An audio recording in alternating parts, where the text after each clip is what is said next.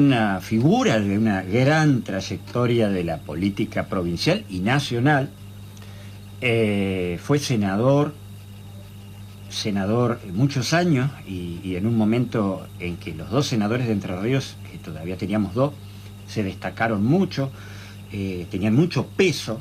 Uno era, imagínense, Augusto Alacino, y el otro era con quien hablamos periódicamente, igual que con el gobernador de aquellas épocas, Mario Moyne. Bueno, ahora vamos a hablar con la tercera figura de aquellos años 90, en que gobernaba Carlos Menem, que es Héctor Maya. Fue diputado nacional en los 80 y tuvo un rol muy importante con Greenspun, con el doctor Alfonsín. Tenemos mucho para hablar, pero en estas últimas horas ha estado en los medios nacionales, con Bonelli, en nuestra radio nacional en Buenos Aires, eso el sábado, ayer con el doctor Fontevecchia en Perfil, a raíz de sus razonamientos con el sucesor, porque es sucesor, digo porque lo echaron la semana pasada, Cuadra, era senador, representando al peronismo, y el doctor Maya ha hecho una serie de razonamientos porque a él le tocó vivir en carne propia lo de la Banelco, que terminó con el gobierno de la Rúa, porque terminó con la renuncia del vicepresidente, el señor Chacho Álvarez, en aquel 2000, y que con la derrota electoral de medio término del 2001 termina pocos meses después con el gobierno, ¿verdad? Así que la charla con Héctor Maya no tiene desperdicio, y la vamos a hacer primero. Tenemos varias charlas hoy con distintos protagonistas de Villa Elisa, de Colón, de distintos ámbitos de la actividad, pero vamos a hablar a Gualeguaychú, a este conocido profesional que de por sí es de una familia de larga trayectoria. Primero en el radicalismo, su abuelo en el irigoyenismo, fue intendente de Gualeguaychú, su abuelo Maya, en 1923, y su padre fue gobernador de la provincia, el primer gobernador peronista, en 1946. Un joven abogado en aquel momento que venía del irigoyenismo y que le correspondió ser el primer gobernador peronista de la provincia, el papá del doctor Maya, un abuelo irigoyenista intendente en 1923, un padre que a través de Jaureche y de Forja se acerca a aquel joven coronel Perón en los 40, y con apenas pasando los 30 años, fue el gobernador más joven de la provincia, fue gobernador de Entre Ríos, y su hijo, una destacada trayectoria a los 80, a los 90, y luego en distintos organismos en los últimos tiempos. Doctor Maya, buenas tardes. Alberto acá desde Colón, ¿cómo le va? ¿Qué tal, Alberto? Buenas tardes. Mi saludo, mi agradecimiento por el recuerdo de mi padre, a quien lo recuerdo como ejemplo todos los días, y bueno, y un abrazo grande para la familia de Colón. Hay un trabajo muy lindo de Henchos, tenemos ese libro sobre aquellos años 40, Henchos, quien era o es presidente de la biblioteca allí popular en Gualeguaychú, que hizo un libro sobre su padre y aquellos años, así que ahí hemos podido leer mucho sobre su padre, el doctor Maya. Bueno, viniendo un poco más acá, le agradecemos, después de que ha estado el sábado, ayer, estos últimos días, con destacadísimos periodistas nacionales de una trayectoria impresionante, que nos haya dado un ratito también para toda la audiencia acá de Colón, de Radio Mitre, para el departamento Colón. Y la reflexión por ahí viene, creo, y lo escuchaba en las otras notas, por aquel episodio de la Banelco y aquello que pasó por el 2000, doctor Maya, ¿no? Y que uno lo asocia mucho con lo que estamos viviendo de su sucesor, de alguna manera, por el peronismo, bueno, echado, eyectado ya, Edgardo Cuadra. ¿Cómo vivió aquella experiencia? Empecemos por la Banelco, recordando incluso qué es, porque por ahí los chicos más jóvenes no saben de qué estamos hablando con la Banelco. Mire, la Banesco fue una ley que envió el gobierno de la Rúa, donde proponía modificar la ley laboral. Era una ley que hacía cambios importantes y hubo la totalidad casi del cuerpo apoyando la ley, y solo hubo 4 legisladores que se opusieron a la Banesco, uno de los cuales fui yo. Yo fui miembro informante de la oposición a esa ley. Bueno, fue parecida porque se habló de soborno, pero en realidad esa ley no terminó no habiendo soborno, no se probó nada, no hubo un juicio muy importante que duró casi 10 años y salieron absueltos, y estuvo procesado hasta el propio presidente de la Rúa. En este caso es un poco diferente, porque lo que da origen a todo esto es la ley base, o sea que es una ley de suma importancia para las transformaciones que quiere hacer Milei en el país, algunas de las cuales tienen una resistencia histórica del peronismo. Y bueno, esa ley encontró un número para su aprobación, y entre el número estaban 2 legisladores del peronismo que, sin mayor explicación, resolvieron votar eso, lo cual generó un espanto y un estallido dentro del bloque peronista, y uno de ellos fue Cuéllar. Bueno, cuando se aprobó la ley hubo realmente una situación difícil de comentarios, después fue bajando el tono, pero quedó como que había habido una traición por parte de Cuéllar, ¿no? Doctor, esto por ahí en su momento, recuerdo que alguien dijo por ahí que quizás era en el marco como de un toma y daca, digamos, que pensando en algún beneficio para Entre Ríos, él había votado así, como por lo menos dijeron algunos de los gobernadores y después su aliado. Yo también, yo lo expresé que creía, en algún momento creíamos que había intentado alguna negociación que de alto impacto para Entre Ríos, y fundado en eso, como él expresaba, había negociado esa alternativa. Pero cuando se aprobó la ley, que claro que no había nada para Entre Ríos, absolutamente nada, con lo cual había caído su argumento y era inexplicable su voto. Cuando se produce el encuentro en Paraguay por parte de la policía de una suma importantísima de dinero injustificable para la mayoría de los legisladores, eso cobra como un disparador, porque la gente empezó a vincular casi todo entre la insistencia de esa suma fabulosa como pago del voto en la ley base. Y esto generó un estallido, y sobre todo mayor cuando se encontraron expresiones de Cuéllar, y se verificó por parte de las autoridades que no era el primer viaje, sino que había 4 o 5 viajes anteriores. Una verdadera vergüenza. El Senado consideró que era una ingratitud para el cuerpo tenerlo presente, y conforme a las previsiones que establece la Constitución y las facultades de tomar medidas disciplinarias, lo excluyó.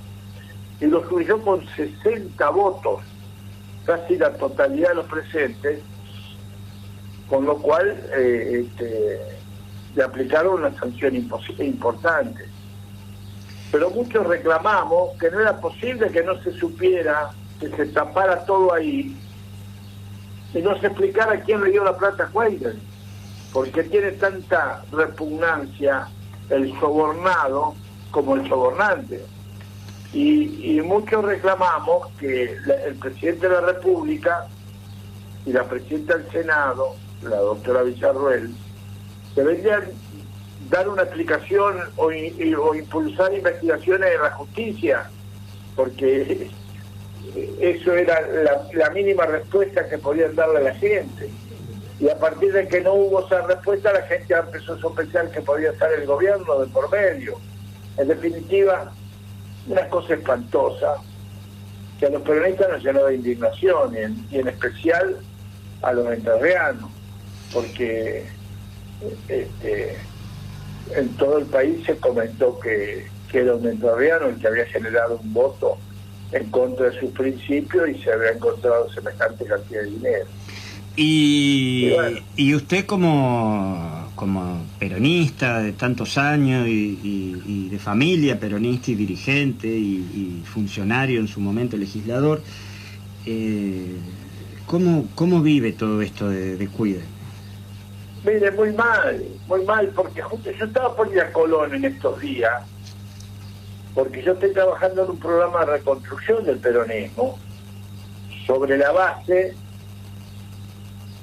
de ganar la voluntad y la confianza del electorado a partir de propuestas positivas que hagan que la gente visualice un peronismo opositor pero constructivo, poniendo a Entre Ríos primero y planteándole al gobierno, aunque no sea de nuestro signo político, el gobierno provincial de Frigerio, propuestas que se convirtieran en un alto impacto en la gente de trabajo.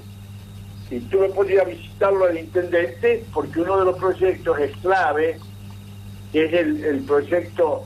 Usted sabe que para cruzar del Pacífico al Atlántico, Alberto, hay que pagar en el canal de Panamá una suma muy importante. Resulta que nosotros tenemos en el cruce biosánico del Pacífico al Atlántico aquí un corredor que se llama como Panamá Seco, que cruza por Entre Ríos en una extensión de un promedio de 300 kilómetros. Todos cruzan desde Concordia o de Colón o de Gualeguaychú, pasando por Victoria al puente de Victoria Rosario. Y si nosotros calculábamos lo que cobran, lo que pagan en Uruguay desde Montevideo hasta el puente de Colón, y lo comparamos con lo que hay que cobrar en la misma extensión desde Colón hasta Victoria, teníamos una suma casi de $1 millón diarios de peaje entre los tres puentes, y eso podía servir para reconstruir la red caminera que los camiones que hacen el comercio internacional habían destruido. Entonces estaba por ir porque le quería plantear al intendente, que no es peronista, pero que me imagino que está preocupado por el destino de la comunidad y generar fuentes de trabajo. Y en el medio de todo este trabajo que estábamos haciendo, yo visité al intendente de Gualeguay, que no es peronista, de Victoria, que es peronista, de Nogoyá y de Tala, que no son peronistas, en fin, a todos los intendentes que formaban parte de este corredor, planteándole esta preocupación. Y cuando estaba por ir a Colón explota este tema del Cuader, lo cual nos paralizó, porque lo primero que nos iban a preguntar a la prensa era este tema. Así que nos produjo otra doble indignación, porque de la tarea que estábamos haciendo para poner de pie el peronismo, reconstruirlo con una propuesta positiva destinada a generar fuentes de trabajo, sin poner la vieja política de tirar piedras de la oposición, sino tirar propuestas constructivas desde la oposición, que era un hecho novedoso, nos lesionó enormemente. La verdad que no nos merecemos. Usted sabe que en una de las obras maestras del Dante Alighieri, donde habla del infierno, el infierno del Dante, establece que uno de los pecados más graves de la humanidad, y lo pone al lado del fuego y de la hornalla en el infierno, es la traición a sus compañeros, la traición al pueblo, la traición a los necesitados, en definitiva, la traición a aquellos que le entregan a una persona lo único que tienen, que es la confianza, y son defraudados, traicionados. Es uno de los pecados más perversos. Y bueno, nos parecía que el presidente de la nación y la vicepresidente tenían que promover investigaciones. No nos podemos quedar sin una respuesta a quién le pagó a Cuader.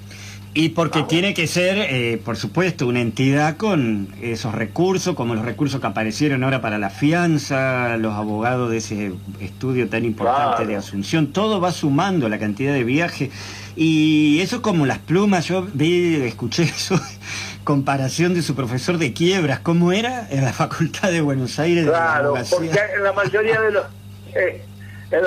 de los delitos uno no encuentra la prueba. Claro, no encuentra la prueba, Por ahí una persona, hay un muerto y no se encuentra el revólver. Esto no significa que no haya habido un homicidio. Y en esto había un profesor que nos enseñaba que a veces había que mirar los indicios. Y daba un ejemplo: si un hombre salía al patio a buscar y buscaba su gallina para darle de comer o verla, y no encontraba ninguna gallina, y en la búsqueda a ver qué había pasado, y ve su perro con la boca llena de pluma, no tiene nada más que pensar. Hay una relación directa, un indicio vehemente, una presunción grave, precisa y concordante quién había sido. Entonces, si usted ve que una persona está con una cifra fabulosa, lo vincula a la incorrección que viene de cometer. Es una relación directa en las cuestiones, ¿no?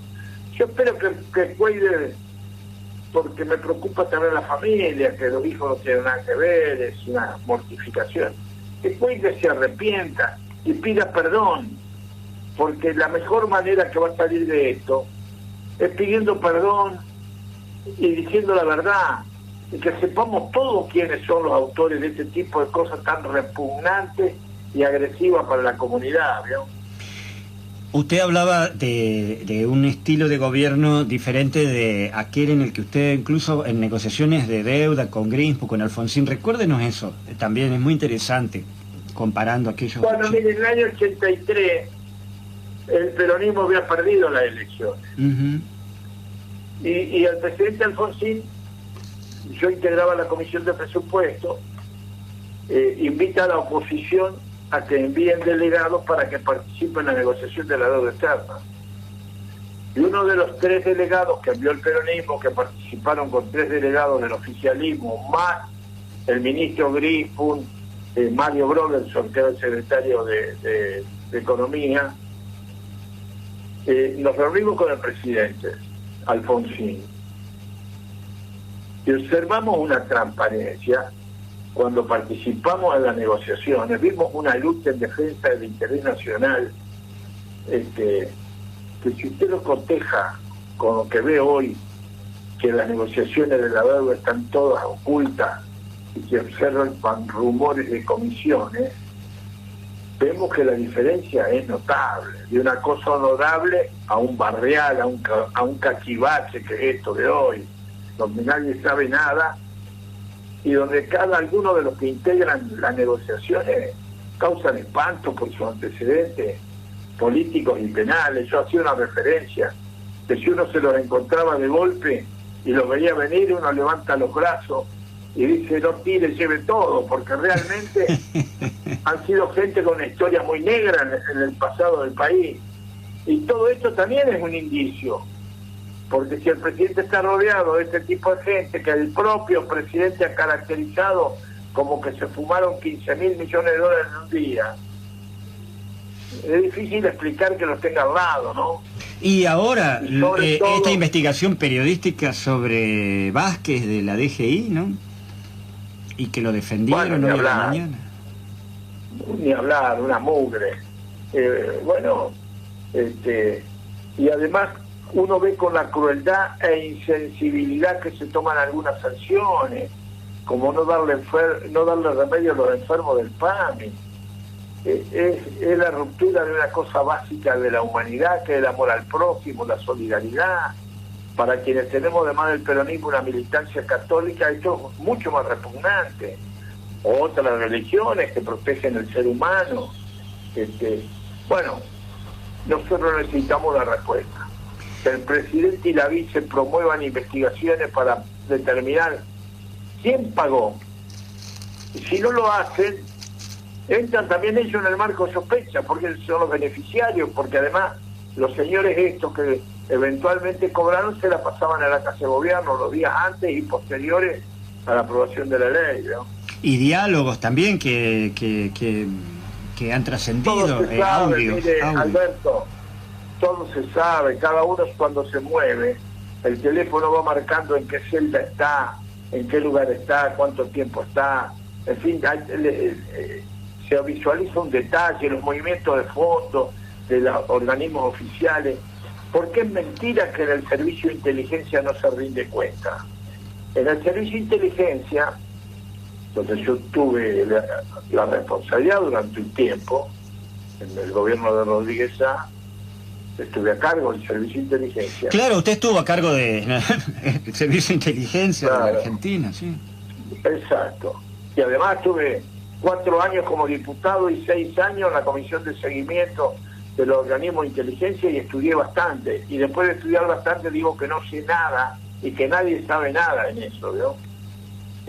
Porque la imaginación y la creatividad de la gente hacen que uno se sienta que no sabe nada cuando tiene que enfrentar una adivinanza de una acción de inteligencia contra el país, ¿no? Pero ahí, cuando usted saca plata del Servicio de Inteligencia, tiene que dar cuenta como en el Estado. Y cuando la plata tiene un destino secreto por seguridad nacional, la rendición de cuentas también se hace, lo que pasa es que está encriptada y solamente se accede por una cuestión judicial, pero la rendición es puntual. Además, el que lleva la plata de la silla de la Casa de Gobierno también marca la celda con su teléfono, con la ficha de ingreso. O sea que hoy, con las cámaras de seguridad, con la tecnología de la informática, se sabe todo, si se quiere saber. Más, se saben hasta las cosas que nunca ocurrieron, ¿no? ¿Y cree que algún fiscal va a tomar esto? ¿Lo va a hacer usted? ¿Va a denunciar? Yo ayer en un reportaje me dijo Fontevecchia que yo, por los antecedentes que tenía por haber votado en contra de aquella ley famosa, debería concurrir al tribunal y hacer la denuncia. Y yo, por otro lado, lo escucho muchas veces de quien soy muy amigo y me encontraba, ahora hace tiempo que no lo veo, que es Jorge Asís. Y Jorge Asís tenía una posición diferente, que los políticos no teníamos que tener un comportamiento patrullero como lo de la policía. Y yo no soy fiscal, ni soy juez, para eso le pagan a los fiscales y los jueces.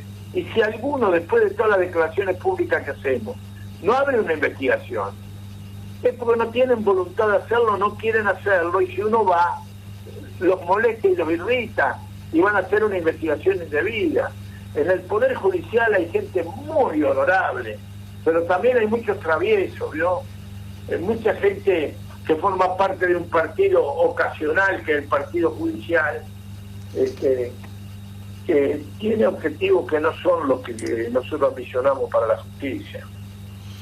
Entonces no estoy decidido a hacerlo, más estoy inclinado a no hacerlo, porque no hay más sordo que el que no quiere oír, ¿no? Y con todo lo que están diciendo ustedes, nosotros, la prensa, todos los medios de comunicación, que no hayan abierto una investigación por parte de los fiscales, me da vergüenza, ¿no?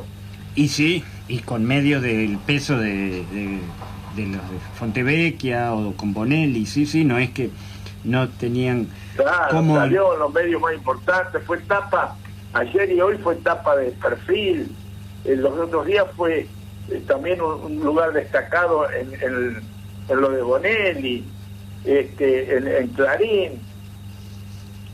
¿Qué más necesita un fiscal para...? Sí. Una vez veis que llaman a una persona por una cosa insignificante.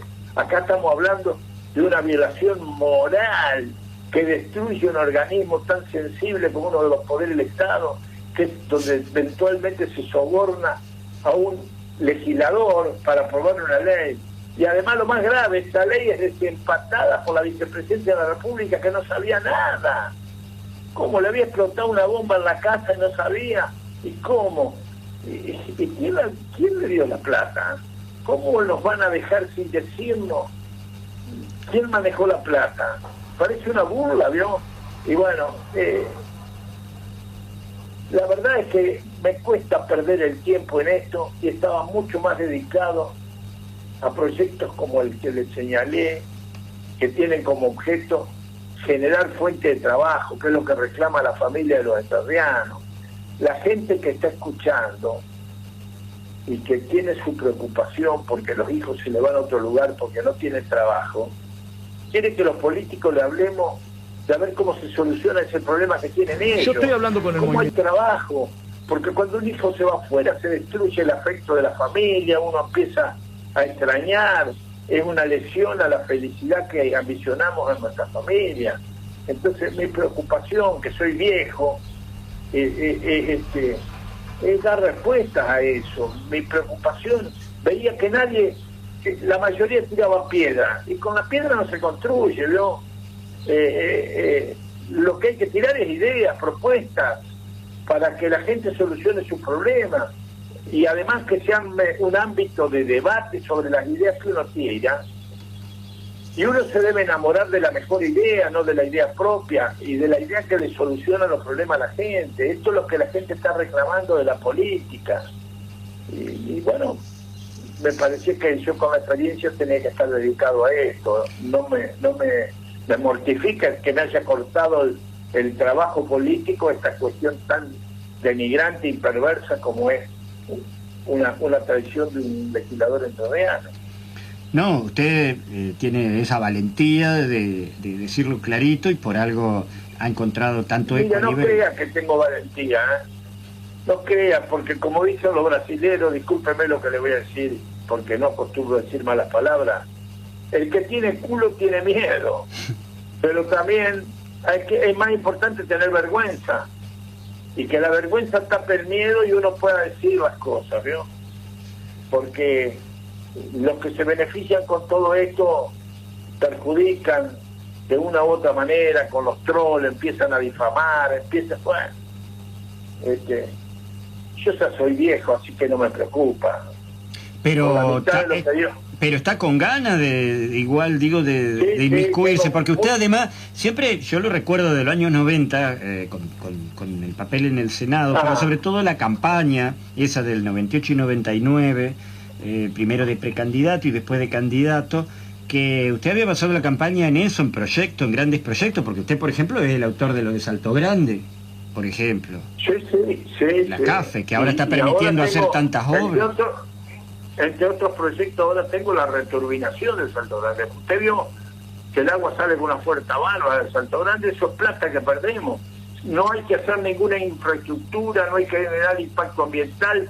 Hay turbinas nuevas que se ponen sobre pontones, que no son verticales sino horizontales, son turbinas de río de llanura, de cruce, con la cual podemos generar energía y promover un desarrollo muy fuerte en esa zona de Colón, San José, Concordia, que necesitan desarrollo para el turismo, para la industria, para darle trabajo a nuestra gente. Miren, ahí en Colón había un viejo molino que hace 100 años, y habían los gringos nuestros antepasados habían hecho una rueda de madera que tenía un eje en el medio, y la ponían a la rueda en el río, y así andaba el eje, y el eje en la superficie servía para moler el trigo, hace más de 100 años. Y nosotros estamos desaprovechando la fuerza y la riqueza que nos da el río para transformarlo en energía, que es el pulmón de la transformación y de la generación de trabajo. La verdad estoy desvelado por este tema. Pero es verdad, usted, cuando uno lo escucha, yo lo he escuchado en otras charlas a lo largo de los años, no sé, se ve que la gente pensante y con proyectos no le dan tanto espacio, porque usted no ha logrado incluso los 2000 y algo más protagonismo. ¿Qué le pasa? Porque tantas ideas, insisto, ya con lo de CAFE, Salto Grande y de la comisión especial y todo eso, ya tiene un lugar ganado, ¿no? Porque es así, es autor de eso, que es muy importante. Pero usted tiene 100 ideas. Perdí por muy poco, por la equivocación de algunos compañeros que se lesionaron, que eso ya no vale la pena, pues todos se equivocan, nos podemos equivocar en la vida. Y me tomé un prudente silencio, pero después cuando vi que el peronismo no era necesario reconstruirlo ahora, porque el pueblo se canaliza, los intereses del pueblo por algún lado se canaliza, y todavía el cauce profundo seguía siendo el peronismo, que había que corregir errores, pensé que antiguamente, cuando uno se guiaba por aquello que enseñaba Napoleón, ¿no? Si ves que tu enemigo se equivoca, no lo interrumpas. O sea, si veía que el gobernante no tiene plan de gobierno y nada, pero si uno lo tiene y no lo dice, hoy con su egoísmo de no decir un plan que lo aplique otro gobernante, aunque no sea el signo político, ese tiempo de egoísmo se paga con hambre y desocupación. Y el que admite eso es un perverso. Y yo soy un agradecido de Dios, tengo una familia inmensa, con muchos nietos, y capaz que hasta soy bisabuelo en poco tiempo. Entonces, la verdad es que convivo con gente que su preocupación es la fuente de trabajo, y si yo tengo posibilidades por mi experiencia de aportar, y aunque no le parezca a usted, muchas veces en los lugares más humildes por ahí uno levanta una idea, y si uno la trabaja se transforma en una cosa virtuosa y útil para la comunidad. Todos estamos en condiciones de encontrar una idea. Y bueno, y Entre Ríos tiene muchas potencialidades, tiene una riqueza descomunal, y hay que iniciar una etapa que miremos como objetivo la fuente de trabajo. La política cambió, Alberto. Antes había que hacer aparatos y demás cosas. Hoy usted tiene que tener un 15% de estructura política. Después tiene que tener un 30% de comunicación. Y después tiene que tener un 50% de un mensaje positivo que llegue al oído de la gente y que se quede en el oído y la gente perciba que usted está preocupado por el destino de ellos y de la preocupación que ellos tienen, y ahí viene el voto. Cambió toda la política. Bueno, yo no sé si me estoy extendiendo. No, para nada, no, porque si bien el tema central era esto que usted está reclamando a la justicia y al Ejecutivo para que se hagan cargo, y a la vicepresidenta de dar explicaciones, por lo menos, ¿no? Por lo menos, porque fue además, en el medio se mezcló con la pelea de ya varios meses entre el presidente y la vice. Todo parece una cortina de humo, porque está más en eso que lo de lo que se trataba en la sesión, claro, era si era válido. Tratan de tapar con cortinas de humo para que no se sepa quién pagó los sobornos. Esta es la madre del borrego, ¿vio? Acá lo que hay que descubrir es quién pagó los sobornos, y el que sea sancionado de la misma manera que el sobornado. Y esa investigación la tiene que iniciar el presidente, y si no la inicia él también pasa a ser sospechado, ¿vio? Entonces yo creo que él tiene que darnos una respuesta, y tanto se alardea de honestidad, ¿vio? A veces, y a mí me preocupa por la experiencia, hay veces que hablan tanto de honestidad y uno cuando se van tiene que contar las cucharitas del café, ¿vio? Entonces, acá lo que nosotros necesitamos en Entre Ríos y en todo el país, que haya una nueva clase política, fundamentalmente jóvenes, con inquietudes, con imaginación, con creatividad, que se fijen en la felicidad de la familia, en el desarrollo humano del trabajo y la dignidad del salario, para que nuestros hijos fortalezcan la familia con su presencia y no se nos vayan de nuestros pueblos al exterior o a otros lugares buscando un destino diferente, y tengamos la mortificación de no verlo, porque ver la familia y los hijos es lo más importante, ¿no? Qué lindo mensaje. Y por último, ahí sí lo llevo fuera de esto. No, pero esto.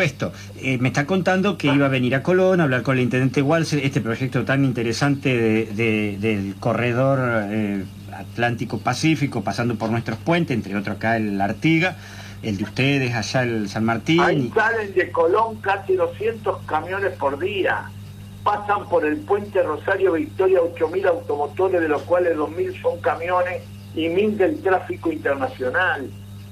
Deberían pagar $250 de un pasaporte por cruzar por Entre Ríos, lo cual nos permitiría tener autopistas con seguridad y fomentar con esto la fuente de trabajo en la construcción y posteriormente el desarrollo del turismo y otras cuestiones. Tenemos que hacerlo. Yo se lo planteé al gobernador Frigerio en una propuesta, y esperemos que lo instrumente, porque él dijo públicamente que le gustaba la idea. Y bueno, como también ahora, me imagino que estará de acuerdo con eso de que no nos pueden pagar migajas por la energía de Salto Grande, ¿no? Que nos robaron Salto Grande, pero por equivocaciones nuestras también, que no las podemos volver a cometer. Pero bueno, lo primero que uno tiene que hacer es ser autocrítica. Los peronistas nos equivocamos, pero resulta que los que vienen después se equivocan peores, porque todos los que están en este gobierno, en su mayoría, los titulares de las grandes fortunas en el exterior, en negro, en los paraísos fiscales, están vinculados a gente que está en este gobierno o el de Macri. Y los nuestros lo que tienen son groserías de desprolijidades. Bueno, todo hay que corregirlo. Todo hay que corregirlo, tenemos posibilidades, sobre todo Entre Ríos, con una gran riqueza, de salir adelante. Tenemos que dejar de lado el egoísmo, no mezclar nuestro egoísmo que genera mala vida, que genera mala política, que genera mortificación a la gente a la cual no le damos soluciones. Y por último, en lo que hace al peronismo de Entre Ríos, entonces, trabajando firme con, por ejemplo, ¿quiénes? ¿Con quiénes más estás trabajando? No, mire, yo he estado muy vinculado al movimiento obrero, he sido abogado mucho tiempo. Diría yo que soy uno de los abogados que más poderes tiene del movimiento obrero. Fui abogado de los puentes internacionales, más de 2.000 trabajadores. En fin, trabajé una enormidad. Eso me dio experiencia y también he llegado a la conclusión, después de muchos años, que hay que buscar una convivencia entre la rentabilidad del capital. Ese capital que está afuera no hay que perseguirlo, sino que le tenemos que ofrecer una renta mejor que la que tiene afuera, que es casi nada, y buscar un pacto de convivencia entre ese capital que tiene que venir a producir fuente de trabajo acá y la posibilidad de fuente de trabajo. El capital busca negocio y nuestro negocio es que haya fuente de trabajo, ¿no? Entonces tenemos que armonizar eso, a ver cómo hacemos. No es posible que sigamos exportando los granos sin agregarle nada de mano de obra.